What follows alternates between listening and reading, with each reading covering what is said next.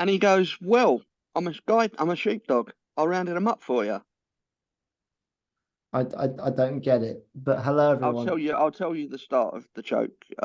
Actually, do you want me to tell the whole joke for the listeners? Would you like me to tell the whole joke? Sure, because I'm lost. All Go right, for yeah, it. yeah, okay, nice one. So farmer notices that his sheepdog is getting a bit it's getting a bit old, so he wants to go and get a new one. So he goes down to market, and he's looking around, and there's lots of quite impressive sheepdogs, but then he spots a bloke sat at a stall, which is one dog, and there's a sign there, and it says "Talking sheepdog, £100." He walks up, he goes, "Hang on, am I reading that right? Is that talking sheepdog?" He's like, "Yep." Wow. He said, and he really talks. And the bloke goes, "Yep." And the dog goes, "Well, yes, of course I do. He wouldn't lie to you." It's like, "That's really impressive." And he's like, you can sort of herd sheep as well." He's like, "Yeah, yeah, of course I can." It's like, "Well, bloody hell." He said, "That's a bargain. I'll take that. Like £100 for a talking sheepdog." So later, gets him back to the farm later that day, takes him out in the field. It's like, "Right, let's see what you can do." He said, "There's a herd of sheep over there. They're all sort of nicely in the pen. Count them for me." And the dog sat there. He's gone 1, 2, 3, 4, 5, 6, 7, 100. And the farmer said, "Well, that's quite impressive." He said, but actually, there's only 98, you know." And the sheepdog looks at him. He goes, "Well, he's not a sheepdog. I rounded him up for you." There you go. There you go. Well done. It was a So maths joke. you thought that was gonna be a dirty joke, didn't you?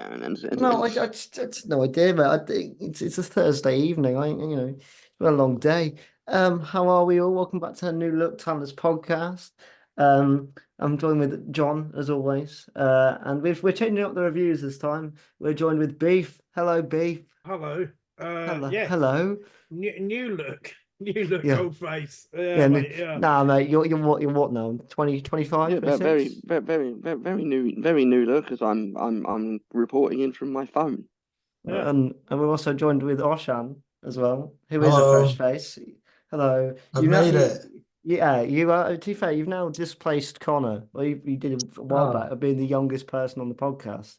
So there you go. oh, there we go then. Are we all good? New year, fresh faced, New year. excited. I'm just glad it's nearly the weekend. Yeah, Yeah. To be honest, it was a shit end to the last year. It's a shit start to this year. But I'm amongst friends, so yeah. what can I say? And I managed to, I spent 45 minutes with a very fun, engaging, possibly, depending on your opinion, episode of Doctor Who yesterday, and I get to talk about it amongst friends tonight. And there's other exciting things happening in the Whoniverse, which, I mean, when I say that now, it's like that's no longer my word. That's just the word. Like, that's a word Yeah. I've been using on this podcast for a long time, and now it's just the official word I've picked up from fandom. We're all good. 2024. It's Monday for you guys. Yay! Everyone loves a Monday in January. Come Oh, on. Wow. is this actually gonna be going out on Blue Monday? Is it Blue next Monday week? of all days, yeah. Is it next week that's officially like Blue Monday? It Yeah. is the 15th, yes. Yeah. Oh gosh. Well, I mean, thank you for lightening your moods on Blue Monday by sharing it with us. Just And where we started with a joke. Yeah. and John, Yeah. it's going to get even better because we've got to talk news, and the news at the moment is viewing figures, John's favorite part of the show. You guys want me to talk about viewing figures, so I'm going to very briefly, and we're going to move on from it because they don't matter. But anyway, the Treachery Road had a 7-day official rating of 7.5 million viewers, and it was the third most watched television show of the week. It was New Year's fireworks and Christmas Day's Call the Midwife. Did it beat the Yay! King? Hang on. Did it beat EastEnders? Yep, EastEnders. Yep, yeah. Wow, Was that- that's is that incredible. The Christmas special. They call the Midwife Christmas special. Yeah, No, but did it beat EastEnders Christmas special? yeah. EastEnders wasn't even in like the top 10. It's like only got like 5 mil views. It was really low for EastEnders. Is that on the is that the +7s, yeah? Yeah, the +7. Yeah. Oh my God. I mean, it's the thing. I watched EastEnders. I don't even flip and watch EastEnders. I know the 24-hour figures. It was not. Well, that is actually, okay. I know that viewing figures aren't my bag, but that is actually, to beat EastEnders, considering that EastEnders is something like that episode of EastEnders is something that they've been building up to and promoting for like 10 months. I know. Yeah. That's really impressive. Yeah, I will just for people and just for like transparency, I'll go on the BRB very quickly and just give you the top 10 because that's always fun. So for that week it was New Year's Eve fireworks, which of course was top, 11.4 million. Called the Midwife was Jesus. there. Ghosts beat EastEnders. There you go, Ghosts beat EastEnders. Yo, his last episode, wasn't it? But hang on, so Doctor Who beat Ghosts as well?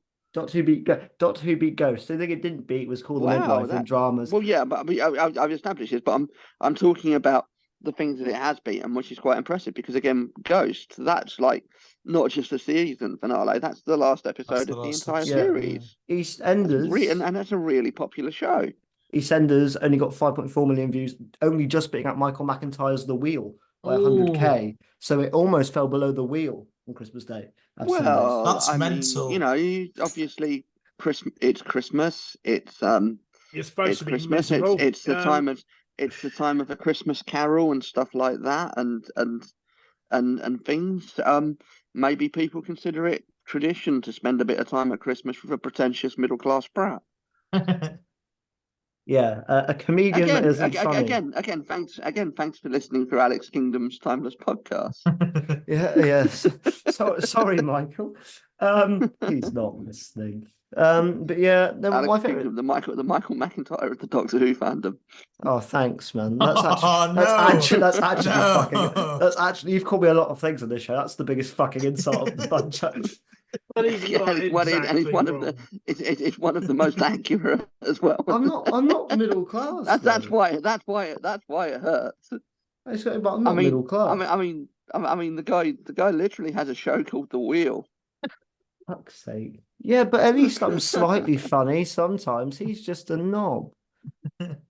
I think you're both. I think you're both funny, but not as you intend to be. I don't want to be on the show anymore. I'm New ready to host. pack it in. New Year, guys. My plan is finally coming to fruition. Welcome to the John Cook podcast. But no, as we say, I always find it funny on Twitter. From next week, we're gonna have girls on. Feel free. Yeah, but what I was gonna say was when they talk about the viewing figures, I always find it funny on Twitter. People, some accounts are really like, yes, we beat Strictly Come Dancing. This is fucking incredible. Come on, Doctor Who, Josh. Like it's a football match and they've just scored in the 98th minute and knocked out EastEnders from the cup. It's like I think the other impressive thing to pick up on, and this isn't just about Ruby Road. The other impressive thing to pick up on is that Doctor Who overall, like the 2005 onwards series, I don't think it includes Classic, got 10 million views in total on iPlayer over Christmas. So that obviously that's not just Ruby Road. That's a few people that are picking up on the specials, because I know a few friends of mine that actually waited on the specials until Christmas because they wanted to watch with kids that are coming back from college or uni or stuff. John, it didn't include those. It didn't include the new specials. It was only the modern show from 2005 to 2023. Well, in that case, it's people catching up on previous Christmas episodes and stuff like that, maybe, isn't it? stuff like that. Yeah. So if it doesn't include the new stuff, then that's actually Ruby Road's figures on top of the 10 million that have watched previous Who. Yeah. And those very impressive. And I suppose the lower numbers of those that did watch the 60th specials again, and or those that watched a bit of Classic Who. So it's all Doctor Who's doing well, man. It's booming. Yeah. People are buzzing. It beat Mrs. Brown's Boys because people hate Mrs. Brown's Boys. It also indicates that there was fuck all on telly over Christmas. Yeah, man. Yeah, that was the biggest. I thought of. There were bits I enjoyed. I enjoyed Beyond Paradise. I enjoyed Death in Paradise. I love Ghosts. I'm always up for Big Fat Quiz of the Year. I'm always up for that. The Agatha Christie adaptation that they did was very good. I'm trying to think what I watched on Christmas Day. I'm trying to think what I watched. I can't remember. I watched because we had the little ones around. We watched the Tabby McTat, which that was interesting. That was a weird story. What is that? It's like it's a story about a cat that goes missing. Is it the Gruffalo animation? It's the same people, yeah. A cat goes missing from a busker, gets taken in by another family, has kids with another cat that the family owns, and then the kid of the initial cat goes to end up being with the busker. It's a really weird story.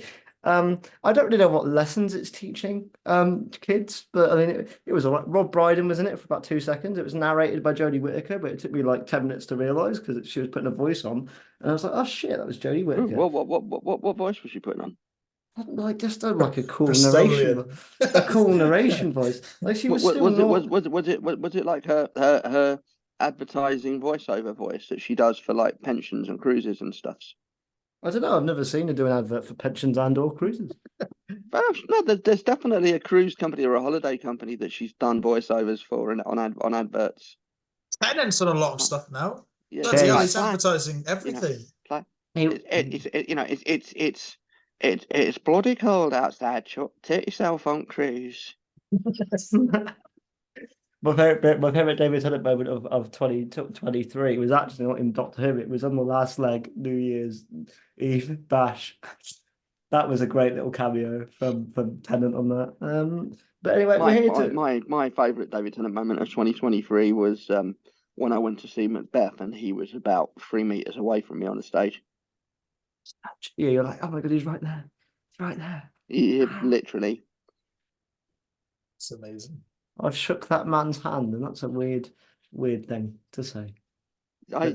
Some people that are still hyper fixating about the fact they touched him from years ago, and they're still like, oh my god. You think that's impressive? My dog sniffed his bollocks. Yeah, but that's a badge of honor, though. Sparky sniffs your bollocks. You know, that's like a badge of honor. Yeah, it's true. He does it to all the good guests. He does it to He does do it to the people that he likes. Yeah, I do it once, and they'll never let me go. Beef. The band's getting lifted soon. Just you have to try your luck. I won't go into details of every convention guest that's been assaulted by Sparky, but he's not as discerning as Alex suggests, shall we say? No, Sparky's lovely. We love Sparky. He does love a sniff. He does love a sniff, though. We love Sparky. I'm not trying to discern people from Sparky. He's the best part of any event that we may be at. I remember being at a. I remember being at a convention in 2016 when me and Sparky had been together for maybe about 8 months at that point, and we were sort of queuing up to get photos and stuff. And he was so sniffy with one of the guests that the guy actually turned around to the photo queue and said, "I have Nutella in my pocket." Gridlock. So, be very quickly, should convention guests and drugs go hand in hand for you? Because you spat that off quite quick.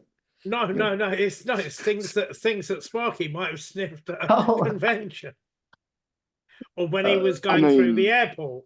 I can think of at least one beef story that cannot be told on this podcast that might involve a convention guest and drugs, but but let's not go there.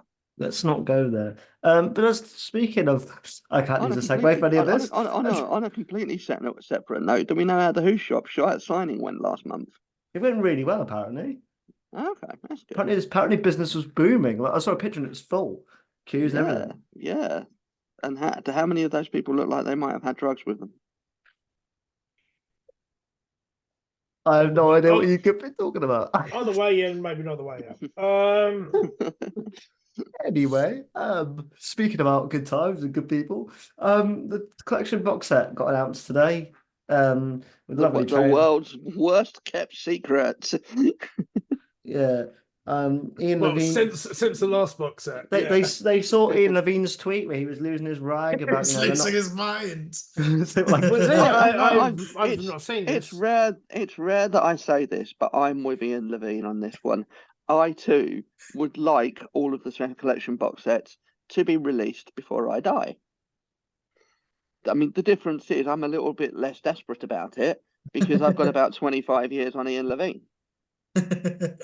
Okay, sorry. Please, could you just let me know because I've not seen this. He went on a bit of it's been a long time since we've heard about the next collection set, and the BBC don't seem to be focused on this anymore, and I'm really desperate for it to be released. It's very much more of what he was talking about at the last BFI with the animations, where he wants all of these things to be there while he's still here. But also, even when it wasn't announced, he was still ungrateful about it.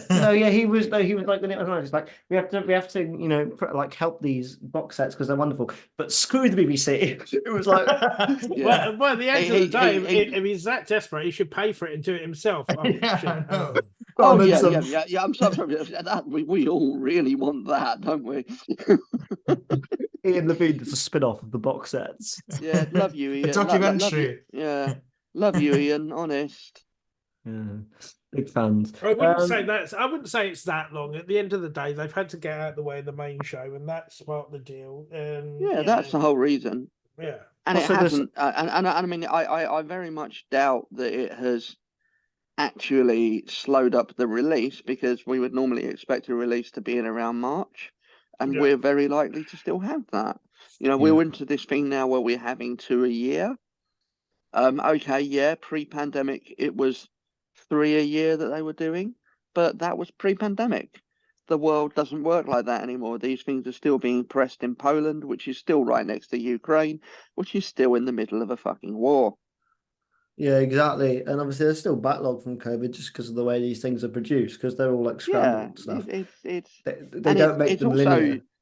And it's also natural that the more you do, the longer it's going to take. The longer it's going to take. I mean, one of the things that I picked up from I saw Chris Chapman tweet about it earlier.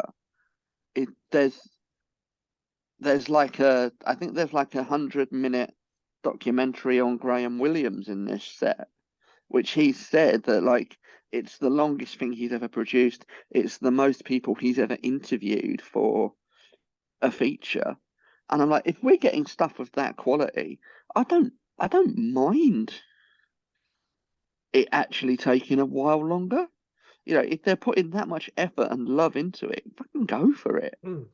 But again, I've got a bit more time on my hands, hopefully, than some quite vocal people on Twitter. And you've got, like I say, there's a lot of stuff banked, but also the other thing you have to bear in mind is that the further along you go with the sort of like the gaps in the collection sets that there are, which are the older ones, it's hard because there aren't that many people around as there were. They're going to run out soon. It's going to be in conversation beef, and you're just sat there like, the thing is, it might actually be it might actually be stuff like In Conversation with Ian Levine, or people that watched it on initial broadcast. Yeah, the selection pool of people who you can use is getting smaller with every passing year. So you have to bear that in mind. And it's also probably going to get, the release schedule is probably going to slow down further as we go on, because the earlier sets are going to be more difficult to make. There's more restoration required. They could be waiting on things like animation for certain stories. I mean, the rumor that I've heard about what the next set will be later this year is one that surprised me a little bit, because it's still not another 60s set. And it's like, wow, we really are leaving very few gaps from 70 onwards and having a big chunk of the 60s that hasn't been done. I won't go into detail of what I heard that set was here, because I can't remember where I bloody read it, and that's not fair. But I'll tell you guys when we're not recording anymore. I can't wait for the last set and they ran out. There's in conversation. Oshan Thomas is like, I don't know classic Who, mate. Don't know any of it. I mean, I'm still convinced. I'm still convinced the last set they do will be season 13 because it's the one that everybody's waiting for, and that will just be the last one they release. Yeah, I have a good feeling about that. Do you think by the time that they get all the collection sets, they'll do the new series collection sets? It wouldn't surprise me. There'll be enough distance between them. Yeah. Yeah, it genuinely wouldn't surprise me. I mean, we've got what, 12 more to come. That's probably going to take longer than 6 years. Oh my god. But by the time, but that's the thing. By the time it comes out, like it'll be 25 years at least since Series 1, which is only slightly longer than the gap between like season 26 and when that was released. That was what, a 30 years after that was released, I think. Isn't there been more of a gap now between series one to now? The gap between the current day and series 1 is longer than the gap between series 1 and survival, and that has been the case for a good 2 or 3 years. I think we passed that point in 2021. Yeah, but no, sets looking good. Some good in conversation, some good behind the scenes. Behind the sofa is always brilliant. It looked like some new. I might have got it wrong, but it looked like some new Tom interview footage in there. There is, which is good if so. And he sounded great as well. He didn't sound like it was. He sounded really good. Yeah, I think it was filmed a while ago, though. Obviously, could have been last year. I mean, obviously, we don't know. I mean, when the William Russell interview that was on the season 2 set, we know that they recorded that in 2018. Right. Yeah.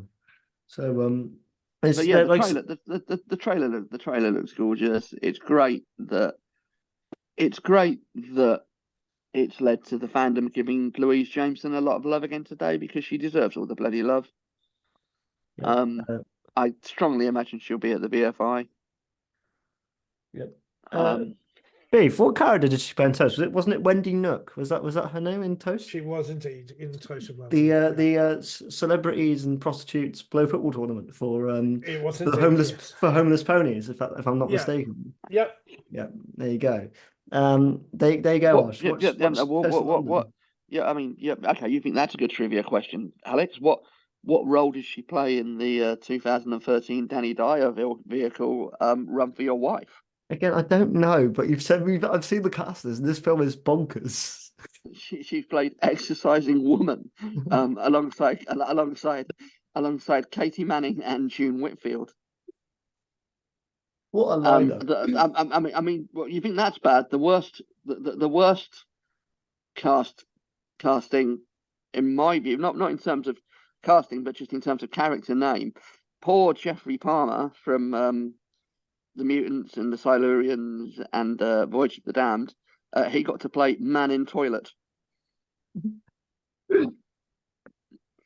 We still need to watch that film. We do need to watch that film. What a role! Well, I'm in the film, guys. What would you play? Man in Toilet.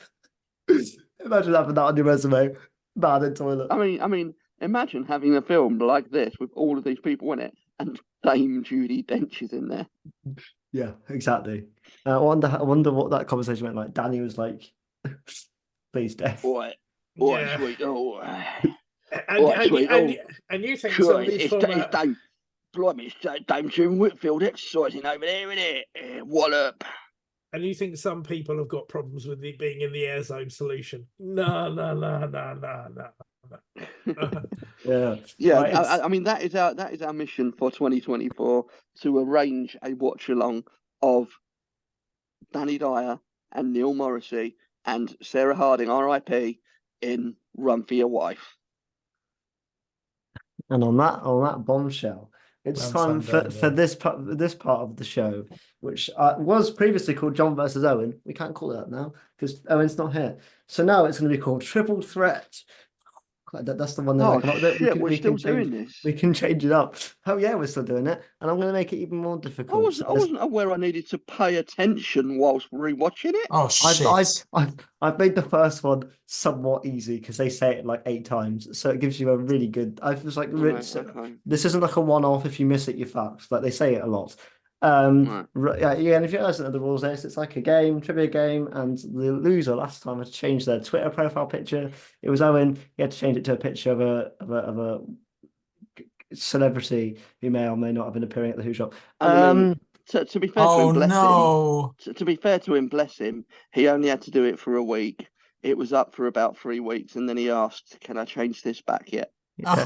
And also just to make it more difficult and make you guys more interested. This time there's going to be 2 losers. There's not a safety net. You can't come second. You have to win at the end of the year. So there is no safety net. I wasn't aware that this would be the. Well, that's because you don't listen to the podcast. You were surprised that there was a trivia part. You skipped to the end of all the classic. I'm no stranger to public humiliation.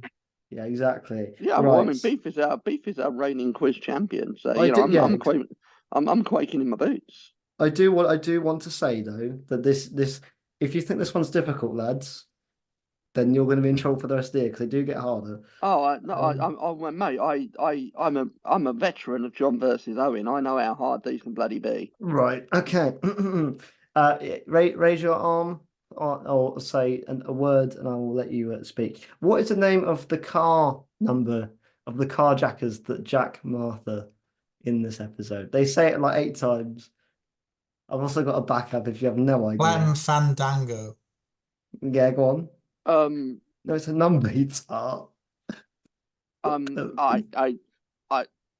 probably completely wrong. I'm just going to say D410. No. I don't know. Something like 647 Diamond 9. Oh, it's so close. You're the closest. No, well, you got it wrong, so no one gets a point this week. It's how it works. What was it? It was 465 Diamond 6. So Beef was on. I knew there was a 4. I knew there was a 4 in there. There was a right, yeah. So we're all on no points. Obviously, if you all end up drawing, then I don't know how it works. We all win. No, you don't all win. You all lose. We all win. Should we all just deliberately Alex draw has and to do fuck it. Alex up? Yeah, Alex has just to deliberately. It would be like that 1970s episode of University Challenge where every answer they buzzed in and said Trotsky just to be problematic. Yes, that's a thing that happened. Cool. Right. So obviously we're reviewing. I've got Gridlock a backup question, says Alex, who then promptly goes to try and think of another question. No, I've got the question. I ain't going to ask it because you attempted it. I'll ask the backup question because you attempted. What's Brannigan's full name? Thomas Kincaid. Yeah, you would have got that. Let's see, that one's easier. So yeah, you would have got that point, but you ain't getting that. One's easier. What do you mean that one's easier? Well, John got it. It is easier. Oh, John got it within seconds. What do you mean? I'm gonna fail. Easier. Names, generally speaking, names are easier to remember than car numbers with a bloody diamond in the middle. On his figure, does it also say his name? But we all attempted the first one, so I don't get a point for it anyway. But you know. Right. And also the synopsis on this website for this episode is really poor, but I'm going to say it anyway. So, the 10th Doctor takes Martha Jones to New Earth in the far future, only to find the entire city has become a deadly trap. There you go. That's all they gave it. Really poor. Could do better. I mean, they've done well not to spoil the episode. Yeah. All right. So this was aired on the 14th of April, 2007. And of course stars David Tennant and Freema Agyeman as the Doctor and Martha respectively. Slap in the beginning of series 3. Some people say this one's overrated, some people say it's underrated. Nobody just says it's properly rated. But I'm going to go to our newbies first. I'm actually going to Beef because I kind of know Arshan's thoughts on this. So yeah, Beef, Gridlock. It's not one that I go back to.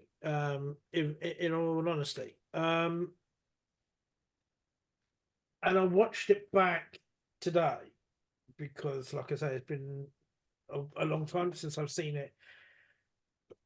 No, it does come across as like one of the sort of, I suppose, cheaper filler episodes. It's serviceable. And it serves a purpose, I suppose, to close out a trilogy in the respect that you've got sort of end of the world, new Earth, and then this. So it's a sort of closing out of it. It's the first time the Doctor really opens up to a companion about Gallifrey.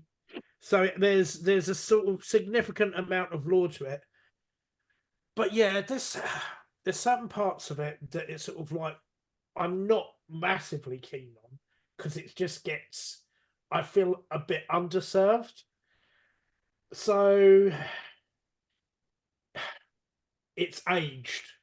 I was thinking about it. It's like between now and then, it's 17 years, and you think, well, no, it was only a few years ago, but 17 years is a long time. Yeah. Yeah, if you put that in perspective of like, when the classic show finished, it puts you like from like McCoy back to the early 70s. So it's like Christ almighty, that's a big old distance. Yeah. I mean, some of us would have loved to have been back during the early 70s during the McCoy era. So like I say, it was all right. It's just it's middle. It doesn't really do it for me, and I'll get into it as we go. But I mean, I don't hate it. It just sort of, it's just there.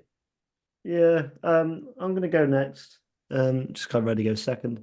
And I'm a bit more positive than you, Beef. I like this one. I'm kind of with you. I think it's a bit middling. I don't think it's like brilliant. It's certainly not like I think there's some really good moments, but I think in the middle it just becomes a bit dull when you've got Martha in one little box room, you've got Tennant in another box room, and Tennant's just talking over the radio while Martha goes freaking out.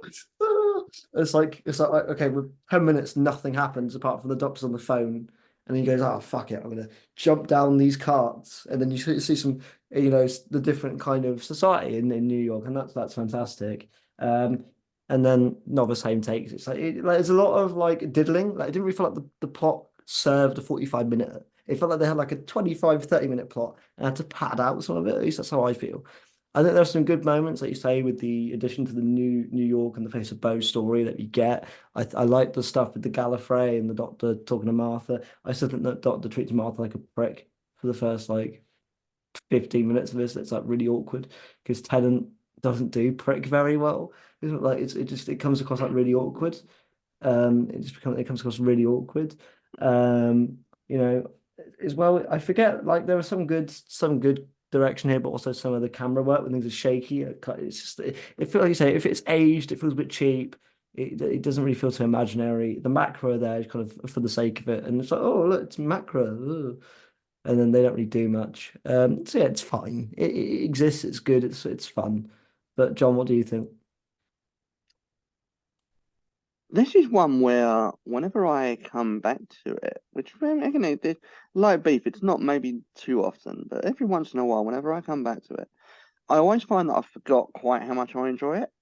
I think it's one that I've maybe dismissed a few times, and it's like, then I watch it again, and it's like, actually, there's a bit more going for this than I really remember. I think I always kind of think of it as a bit of a throwaway episode, and then I watch it and I'm like, well, no, there's actually some very good character work here, and there's a couple of really nice themes that have aged quite well. I think. I mean, obviously, we'll get into that as we talk more.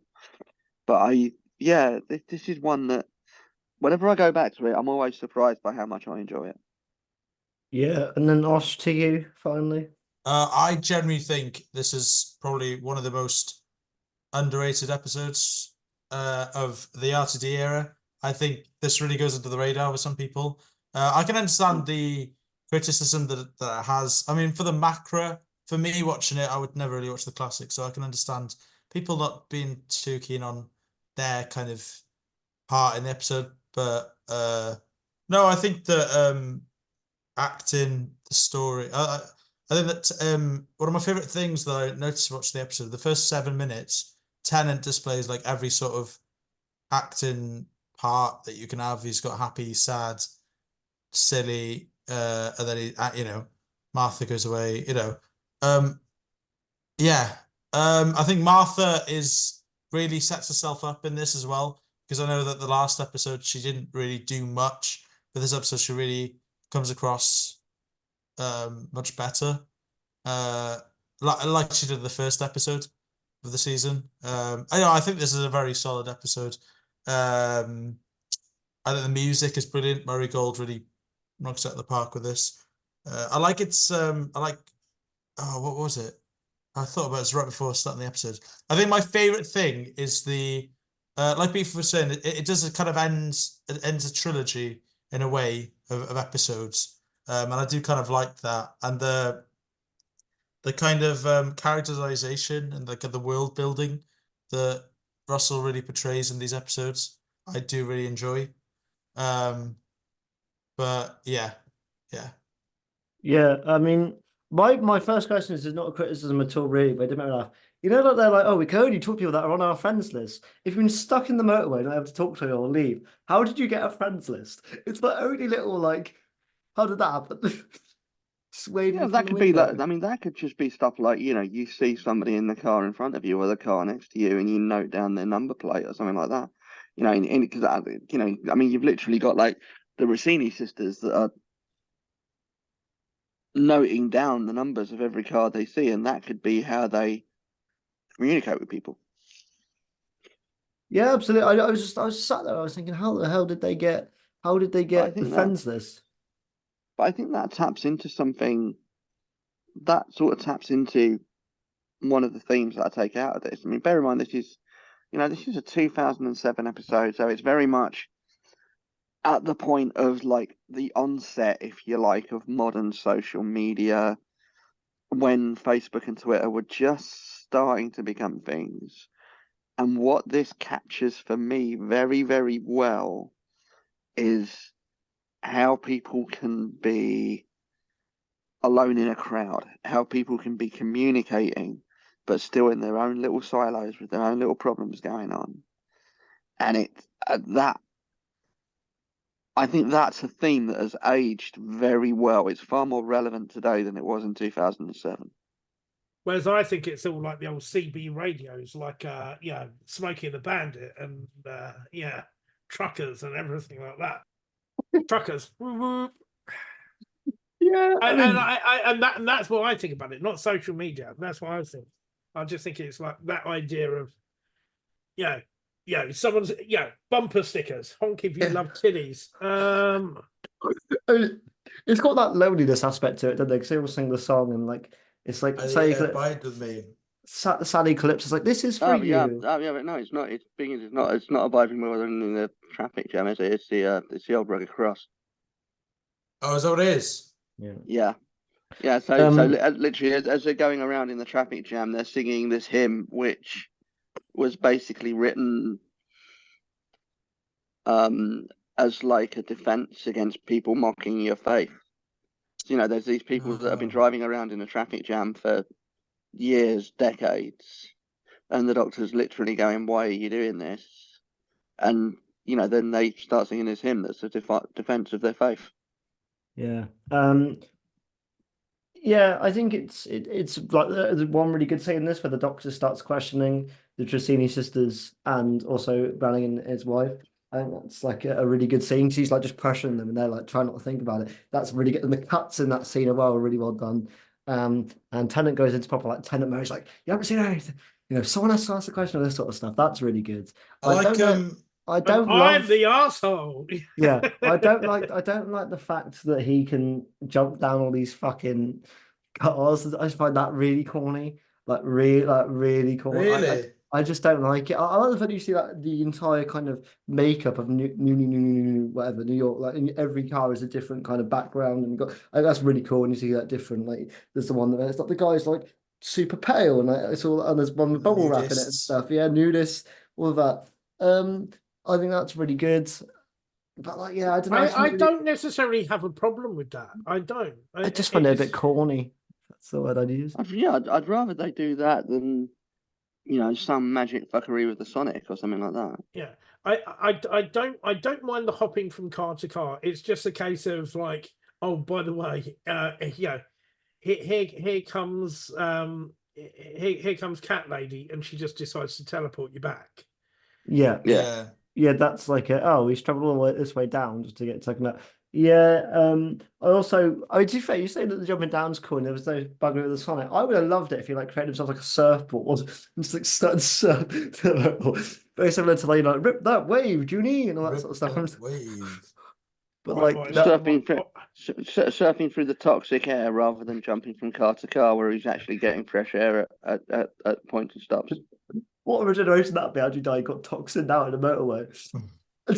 No, I agree with you about the teleportation thing. I think the stuff with Bo in this it's interesting. It's like a bittersweet ending, but also like I don't really get the purpose of this trilogy. Like it's a cool trilogy in of itself, but at the end of it, you just kind of go, well, from here, they're here, and like the fact it's kind of basically the life of Bo, as it were, and we find out who that character is later on, and whatever your opinion on that is, and how he became a massive head, who fucking knows. But I mean, not the first time. Not the first time that guy's been referenced with the phrase "massive head." Yeah. To be honest with you, what I do like about it, and I think it's something that I'd like to see done, and I think perhaps had it not been so early in it, is that you are basically going through one place, but apart from obviously maybe the first episode, because you get the introduction to channels, is like different points in time, and you can see how things change. Yeah, like the world got fucked with drugs. So I blame you, Arshan, massive dealer. If you go from New Earth, the same symbol that's used for the hospital is now basically the same symbol that has become these mood narcotics and everything like that you get for the third one. So you see how places and people and civilization changes. But what I feel is just like, for me, just a bit weird. Is like, okay, there's a self-imposed quarantine on this planet of 100 years. They've been locked up for, what's it, 25 years? Yeah, on the motorway. Oh, by the way, you're coming up to this city. You've been stuck in your cars. You don't really have much in the way of resources. Oh, you're going up to a city full of corpses. Yeah, it's a bit of a bittersweet ending because like, where's the supplies coming from? Because then I've got to like pillage and up the nearby planet to get stock back. Yeah, it's so it's yeah. That well, I mean, they are recycling their waste. But they've got each other. Yeah. People having sex with animals. I also like how we went to a different place this time, because obviously we went to the high level last time, and now we're in the lower levels this time. It's kind of like, I mean, you can act it as a trilogy in a way, which it is if you think about it. But it's a trilogy of Bo, isn't it? Yeah, exactly. I mean, it does feel a little bit like the Gridlock story's there, and then the Bo stuff's kind of shoehorned into it. Just so that you can say you are not, just so you can say you are not alone at the end. I will admit, nothing's completely fleshed out. It's all a bit, pun intended, with all the dead bodies. But it's it's padded at points. Yeah, I mean, I also don't like the fact like Bo was like, again, it's one thing I don't like is that like the sacrifice feels really underplayed. He's like, Doctor, I give you my last bit of power, and it's like that's it. I mean, cool. Again, it just feels a bit cheesy, which is a bit of a shame. Like that, like the rest of the stuff, like when he's out of the glass, and that scene's really good. And Martha comes over, like that scene when he goes, "Doctor, I give you my last bit of power." And that's like, all right, cool. I love the part when Martha comes up and she sees the dead body and think it's the Doctor. And she like sees skeletons on the floor and think that is the Doctor. But then she goes in, and obviously there's that scene, Bo's death, which I think every time I watch it, it gives me goosebumps because of Tennant's reaction to the "you are not alone." It's just like the look that he gives is just something about it that always gives me goosebumps. Yeah, exactly. Yeah, and how he's kind of dismissive of it, isn't he? Yes, he's like, what the fuck do you he say? is so like he is so convinced at that point that there is nobody else out there, and that he would know if there was. That he's just basically he's just dismissive of it. He's like, no, that's bollocks. And it's like even after the human nature stuff, where you find out that a Time Lord can hide himself, there's not that bit of logic in his head that goes, well, hang on a minute. Yeah. No, I think he almost I think because he prides himself on being the last of the Time Lords so much that he has to believe that. I mean, I kind of like how this whole episode is really about Martha's, the Doctor's home planet, and like how Martha at the start, questions it and that, but he's very dismissive of it, and he kind of goes along with like lying to her basically, because he says at the end, doesn't he say like, "I lie to you to feel better about it"? Oh yeah, he does. And when I mean, that moment when she stands up to him at the end It's brilliant. It is. It's I mean, because let's face it, the Doctor does treat Martha like shit pretty much throughout series 3. Yeah. But what people sometimes forget is that there are these moments where she does not take his shit, and she literally puts that chair down, sits down, and goes, "We are not going anywhere until you tell me what's going on, until you actually talk to me." Yeah, and I think overall there is obviously that great bit, and it's a great bit of delivery from Tennant actually, because she's like, "Oh, you're not alone. Do you think you're talking about me?" And he goes, "No." Oh, Martha. Bless her. But I mean, the brilliant thing is what we also establish in this episode is that even though he's treating her like shit and she's going to call him out on it, she's still got faith in him. Yeah. When she's trapped down there at the bottom, she still knows that he is going to come to, while everybody else has faith in the motorway and the government and the police or whatever, she still has faith in him. I really enjoy the whole Gallifrey mentioning in this. I think it's what I really enjoyed about RTD's take on Gallifrey, about how we didn't really see it much, and it's just described, and that I think for me is just powerful. I mean it's nice to see Gallifrey and all that, as the show goes on. But I think the whole isn't that the first time we see like some of because isn't there like an overlay? Is it not? That's the Last of the Time Lords, or Sound of Drums. So we hear the music. Sorry, we hear the music though. We hear the music. Yes, we do get the sort of motif, but we don't. Sorry, see it. I'm mixing up scenes here. There's two very. No, similar... I did think it was in this episode. They're often cut and paste. But and I watched it 3 hours. 3 hours ago, and I've still mixed it up. It's probably because I've seen that the YouTube edits, like you say, beef more than I have the episodes. I think it's a really good scene. And I think it's really good. I mean, to be fair, considering it's only a third episode, they are split apart for most of this.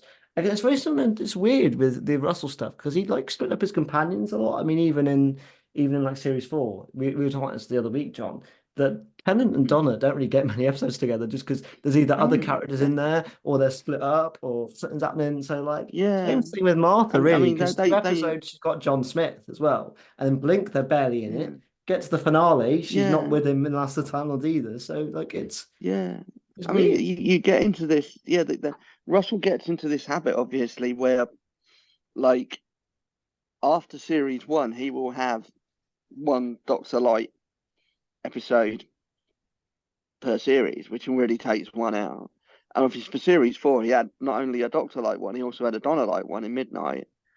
And then he brings Martha back for 3 episodes. And then there's other episodes where you've got Wilf in the mix, or you've got everybody in the mix at the end. And you've only really got Rivers. But even then, you've only really got 4 episodes in series 4 where it's just the Doctor and Donna. Yeah, and then this iconic duo come back for the 60th when they've only actually had 4 episodes alone together. Exactly. I mean, even then, you have well, 5 if you count the Runaway Bride. Even when Martha comes back in series 4, she's a bloody clone for most of it, and then in the next episode, she's off with a Hath. So even she doesn't even really get her inclusion. Her inclusion of the Doctor's daughter is very bizarre. And then she's back for the finale. Was she meant to be in it, or was it like a last? She's in 5 episodes of that series as well. She's in 5 episodes. Don't get me wrong, because Martha's my favourite of the RTD companions anyway, so I ain't going to complain. I still stand by my little fan theory that when we get to series 15 or season 2, whatever you want to call it, we will be seeing Martha Jones come back as head of unit. Head. I really hope so, because she's the one character. I mean, this is. If you're not aware of my theory, Oshan, you've not been paying attention. He was hit. About Kate. He was this hit. what's going on with Kate. Kate, yeah. Kate goes rogue next series. Yes. Martha comes in as head of unit following that. About to say, Osh, that would have been really bad from you, because considering I was there. You were there when he was talking. Yes, I remember. Yeah, I do remember you said.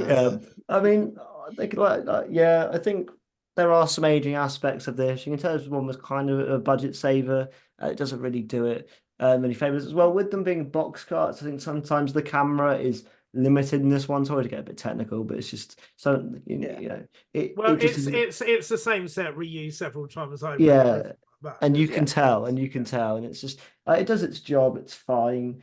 I think when they are allowed to get dynamic, they try to. There's only one shot that doesn't really work for me, which is obviously the big sweeping shot of the Citadel, and you just see some weird 240p bones on a really badly crappy CGI. Well, they actually reuse some of the scenes from New Earth, as in the flashback scenes of what New Earth looked like. Yeah. So let's make a novice Haim in this one. Obviously, she pops back up. It's interesting. Novice Haim is great. Hang on a minute. Yeah, I mean, I love the guy in the bowler hat. You know when she gets introduced and all that, and his reactions at the back are priceless. Yeah, I mean, it's weird because you don't really see a redemption in this one. She just is redeemed, I guess. And it's like, it's like, okay, maybe I was thinking, who can we get from New York to do it? One of the cats, because we didn't set anybody else up. To be fair, though, in that episode, we've got the Like prosthetics. bad. We've got the prosthetics.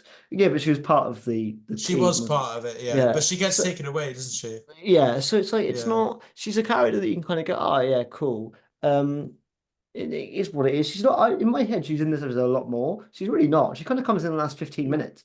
She's like literally, and she's like, "I'm taking you away now, Doctor." Like B said, yeah, that's a bit of a lame plot line because we've just seen the Doctor go down for most of the episode just for. She follows him. She goes to follow him as well. Much faster. Yeah. Like ridiculous.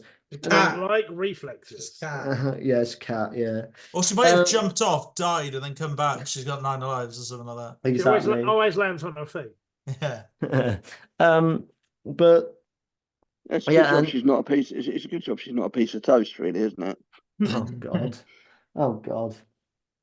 I think it's time now. What do we think of the macro in this one? Because I don't get. I love the macro terror. I've seen the animation. It's a great story. This, I just felt they were a bit like, what can we include at the bottom of this dark pit? I think what you have to do with that is put it in context, and so for older, bearing in mind for older fans, when we were watching this first time out, it's like, oh, we've had the Daleks come back, we've had the Cybermen come back, we're pretty sure we're getting the Master this year.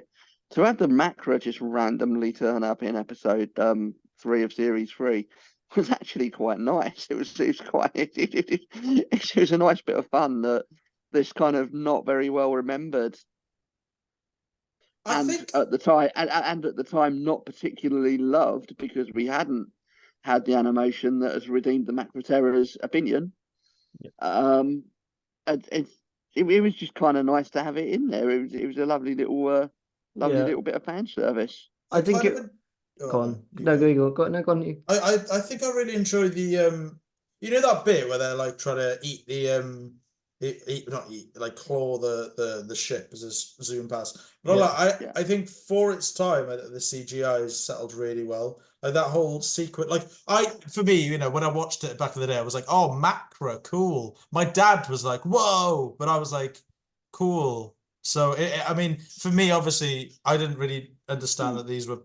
Well, were they big in the classics, or were they only in one story? They appeared in the Macra. No, they were in the one story. But as I say, its reputation has been very much enhanced by the animation. Right. Yeah. When this was released, it really wasn't a very favoured story. Yeah, I really hope that we get the animation in this review soon, Oshan, so you can watch it, because it is brilliant. And also, you've not seen a Troughton yet, and that is blasphemous. I've not seen a Troughton, no. It's blasphemous. I have seen. Need to get him on Enemy of the World. Yeah, Enemy of the World's good. You see 2 Troughtons. It's 2 of them. in an some evil form. one, isn't it? Yeah. Yeah. By the way, Beef, just saw some blue The flashing doctor, lights who is behind this? you. It's good to be in Who Croydon. is it? Who is this doctor? I just saw some blue flashing lights behind you in your background. What a wonderful evening in Croydon. Yeah. Well, no, that's actually a TARDIS landing.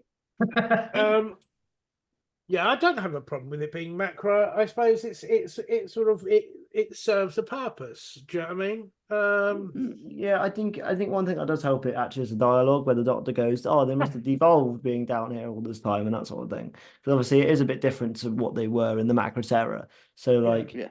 so that line actually does help pay I dividends. mean, they don't look as shit here. Yeah. No. So that's a bonus. But I think is there anything else people want to cover in this? Yeah, I want one of those half cat, half human babies to say something in English. Yeah, how on I get Don't that's question the it. joke. I I get want that's the Don't joke. question talking it. cats with human faces. I get that's the joke. But how? You see, I mean, this is where, you know, bear in mind how like Disney have done this in films like Lady and the Tramp and stuff like that. If this was a story that was made under the Disney era, half of those babies would just be babies, and half of those babies would just be cats. Yes, yeah. All of the male babies would just be cats, and all of the female babies would just be human babies. I think obviously RTD is a cat person, and I think Chris Chibnall is just obviously a dog person. That's just how it works. Yeah, Chris Chibnall's such a dog person that he fucking genocided 7 billion of them. Yeah. well, at least never letting that go. Never ever. Chris, I love you, man. You're a really nice guy, but had Sparky been with me 11 months ago when I met you, I'd have called you out on that shit. Yeah, all I'm going to say is that at least Rusty Davis has yet to do a Kurt Zuma in any of the Cats in his Doctor episode and just toss them across the room. Just saying. Never know. Series 14. Series 14. You never know. You never know. Something I really like about this. We should have had Tennant doing a Kurt Zuma and beat the meat. Something I really enjoy. But we do not support the actions of Kurt Zuma, by the way. Not at all. True. We you know, as much as half of this podcast is West Ham fans, we absolutely abhor the actions of Kurt Zuma, which, by the way, took place whilst he was a Chelsea player, and clearly influenced by those around him. So a detail that I do enjoy about this actually. A detail. A detail. Sorry, a detail. A detail that I do enjoy about this episode is the arrow in the TARDIS when he steps out. Is from Shakespeare's Code. That's a great nod. The one. Yeah. The Shakespeare let's never mention that episode again. Sorry. Yeah. There's not until it comes up on the randomizer, probably in about 3 weeks. Yeah. But no, I think we can get around to final thoughts now because I don't think there's much more to discuss. I'm gonna considering, you know, John, you've been here before. We'll leave the Lubies till last. Do you want to start with today, John? Wrap up. Yeah. As I said at the start, really love this one. I think there's more going for it than I always sort of remember. I think there's some nice little themes around the power of faith, around the power of community. Yeah, there are bits of it that look a bit crap, but I can forgive it that. 7 out of 10 for me. Cool. I also agree. I think it's really solid, decent fun. I don't think it's brilliant. I think it's got some brilliant moments, but I also think the story can get a bit bogged down in the middle, and then it gets good again. I think it's an interesting take on the whole New York thing. It's a good little character piece for Martha. Doesn't do too much for the Doctor, but at this point it doesn't need to because stories later in that series will do that job. Yeah, I think it's all right. I'm also going to give it a 7 actually. What about you, Beef? Like I say, it's just like it's a bit of a padding one for me. I don't think it's ever one that I'm going to go back all the time and say or whatever. Like the things that I've said that I like about it is, and that I wished it was more to do with, which would be is that like this is the third time you've gone back or the third time you've visited, and it's never totally fleshed out I'd like the idea of, well, yeah, here you go. His world full of dead bodies and no resources and everything like that. Yeah, then that could give you a great thing to go back on. Do you know what I mean? We did it in the classic series. We did it. We went back to Peladon twice, so there's nothing to to say. Perhaps in the future this would be something interesting to go back.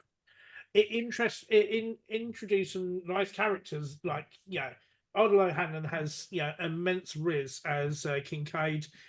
But then again, abduction is great as well, and there's no repercussions for that. Yeah. Oh, that is a good point in the story. Yeah, they sort of become sympathetic because she's pregnant, I guess.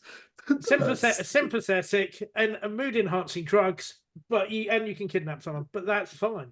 Leonora Critchlow is great though. I love her as an actress. She's so like I say, it's there's a lot of good things going on. There's a lot of good things going on, but nothing really feels serviced. And like I say, just beaming between one place and another, I understand it, but it's a cheap thing because I'd like to have seen it's just to be to have this big arduous journey just to oh no, we could just hop back. We haven't got enough power. It's just it's a little bit of a cheat for me, to be honest with you. I'd like it to be that access tunnels or whatever. And it's not that anyone could ever think of this, but because she's in this advantageous position and it's locked down from above, how did she get below? It's sort of a bit there. So there's great potential there, but it's never fully realized. And I wonder whether it's just because it's so early in the run, but I have to be forgiving because of the time of how long ago it was to where it is now comparatively. I'll give it a 5.5. Do you know what I mean? It's mid-tier. It's never going to be great. Yeah, I always forget that in theory, 5 should be the definition of a mid-episode. When I hear a 5, you're like, oh, that's a low score. But actually, that is the definition of mid. But Oshan, I think maybe the highest of today's score is just a glass. I don't know. I think I'm with you and John. I think it's it has. I understand that it has its moments of not being as it has very quick. The ending is just brought around quite quick. But I think that Tennant is on his I really enjoyed Tennant's performance in this. I can understand, the whole thing with Martha. He's been a bit of a dick, but I think that kind of goes along with his doctor, which, if you think about it, isn't a great thing, but I kind of enjoy. So yeah, Arshan enjoys being a dick to women. I've been, yeah, that's confirmed on the podcast. No, I enjoy. I think it's a great story to end. Bo, I think, like I said before, his last words always gives me goosebumps. I think it's his Tennant's performance. I think Murray Gold's music's great in this, and I don't know. I just think the concepts and the world building that RTD brings along in this is pretty good. So I'd probably give it a 7.5. There you go. Let's go back here now. There's enough time between this that I would genuinely like to see a story go back to New Earth. Yeah. That's it.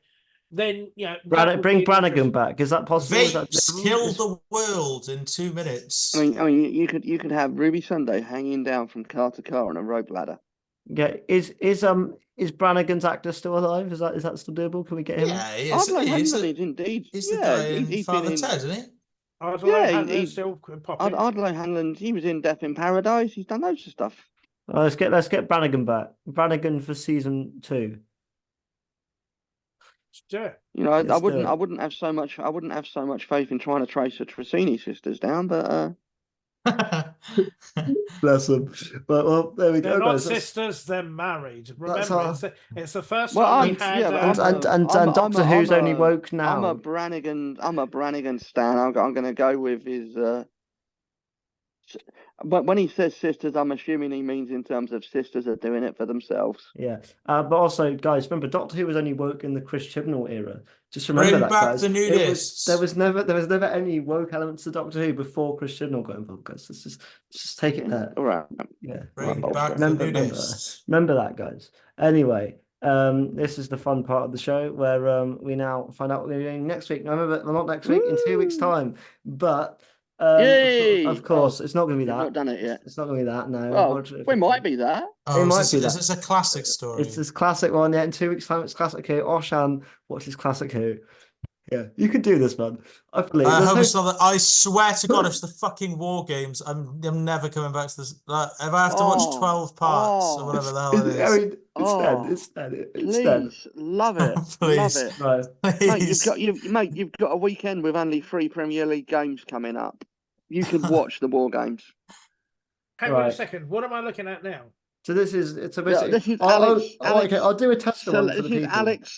It is Alex selecting the next story. It's not going to be the Curse of Peladon. That's just what's there at the moment. Right. Well, that's unfortunate considering I just mentioned Peladon as a So this is a test run, right? Bear in mind, Alex, the last time you did something and went, oh, that was a test run, and then did it again, we all ended up watching the fucking Twin Dilemma. We're gonna try again. So okay, I'll do a test one for you. So if I click this button, image of the Fandal comes up, but we won't be doing that. I mean, that's a shame because it would be quite appropriate for series 15. But what we're actually doing is Terror of the Autons.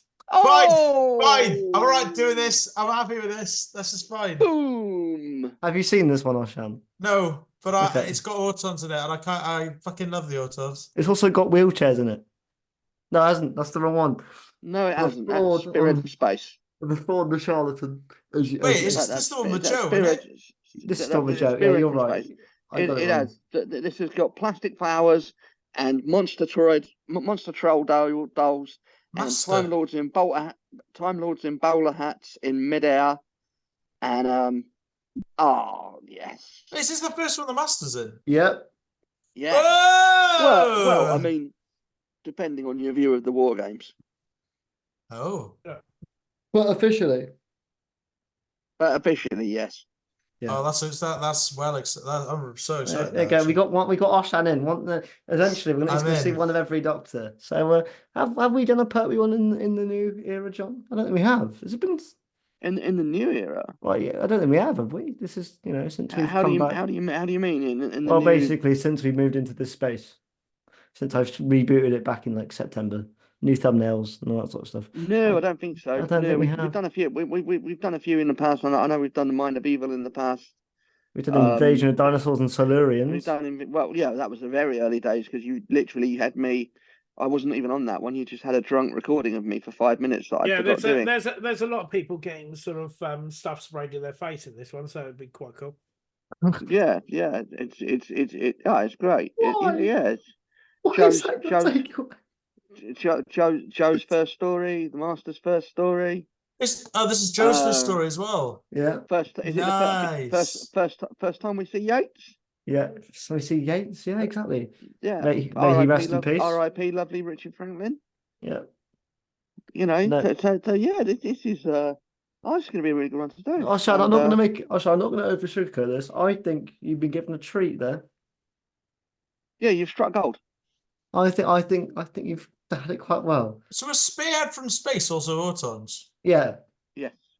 He's got two first. Yeah, cool. So you don't want to watch that one. You want to watch Terror from the Autons. That's fine. I'm looking. Season 8. The thumbnail is a man in a little mini thing, and I was like, "Hey, that's like a." Well, man, I thought that was the man. I thought that was the man in a mini thing. That's like a master thing. A man in a thing. A man in a mini thing in his hand could be anything. It's a man in a packed lunchbox. If I recall rightly, I think episode 1 you're that's looking what at. it looks like. Yeah. It is a man in, no spoilers, but it is a man in a packed lunchbox. And if that doesn't get you excited for 2 weeks' time podcast, I don't know what will. But thank you guys all very much for watching. Make sure to check out Beef at the Beefheads. He does tweets sometimes. Or go follow him on Instagram. Do you remember what your Instagram is, Beef? Yeah, probably the Beefhead. Is it also that? But go follow that if you want to see some memes of his Instagram story. Doesn't really do any Insta posts, but the story it's popping. You can follow John. But if you get enough, but if he gets enough followers, he'll start getting his tits out. You can follow John Boy Cook as well. _. No, I was doing the Instagram first. I was going to reveal. I'm _ on Instagram as well. Oh, for God's sake! Why do I it's only Blue Sky where they won't let me have the _. Okay, well, you can follow him at johnboy_. I always muddle it up. You can follow Oshan at oshan.dt. You need to start tweeting more. I need to start tweeting more. I've also decided that we're going to watch Underworld. No, we're not. On your fucking own. You don't want to watch Underworld. And of course, you can follow me at AlexKing_Dom. All right, we won't be back for a couple of weeks, but there'll be videos popping off on the channel as well. Don't you worry. A really cool video. Oshan's in it. That's coming out soon. Oh, that is good. It is a good video. It's coming out this weekend. It's coming out this Saturday, so wait for that, and then we'll be Oh, back. are you going to tell the viewers what it is, Alex? No, it's going to be a surprise. It's different. You can tell them it's different. Sorry. Have we also got some viewer feedback on Gridlock as well? No, we didn't get any. No, nobody told us anything. Which is the first time that's happened. Nobody had any opinions. I mean, to be fair, it is kind of shocking, but at the same time, it's better than when we did Orphan 55, when even the most positive person on Doctor Who's Twitter came back and said, "Yeah, it's a bit shit, really." Of all people, Josh Coy coming in with the negativity. You don't expect it. Massive love to Josh, by the way. Well, for anyone of the listening public who's never seen, Gridlock, and they feel that they would like to, indulge themselves in watching this, go away and do it. Because just remember, every vehicle in Gridlock is a fake taxi of some variety. Yeah. And on that though, how do you think those kiddies got there? Oh, kitties, not kiddies. Kitties. Oh my god, for that! I thought you did kitties. Say... Kitties. Yeah. Sorry, that's the Cockney in me. Oh. I thought for that. And on that note, John, please, just. Oh, actually, follow me. Hang on, you have to say, I forgot. Follow me, AlexKing_Dom, follow the podcast at Tanders Pod, so you guys can get involved in next week's podcast. The links are also in the description. Please reply and tell us what you think of Terror of the Autons. Maybe if we send the tweet out more than a day before, people might give them a couple of days to respond. I was having a bad day, man. Jeez, I forgot. Because you had a bad day. Is it bad that whenever that song plays, I think of the Alvin and the Chipmunks version? Yeah, the same here, don't worry. That's I think we're the same there. Yeah, I think that's an age thing coming through there, isn't it? But yeah, anyway, John. An age. Right, okay. Yeah, now it's your time. I was going to say that would have been a bad day. Yeah. Oh God. Oh, and John, please take us away. Put you out of your misery. Yeah, please. Good night. God bless. Don't have nightmares. Do sleep well. Free Palestine. Justice for postmasters.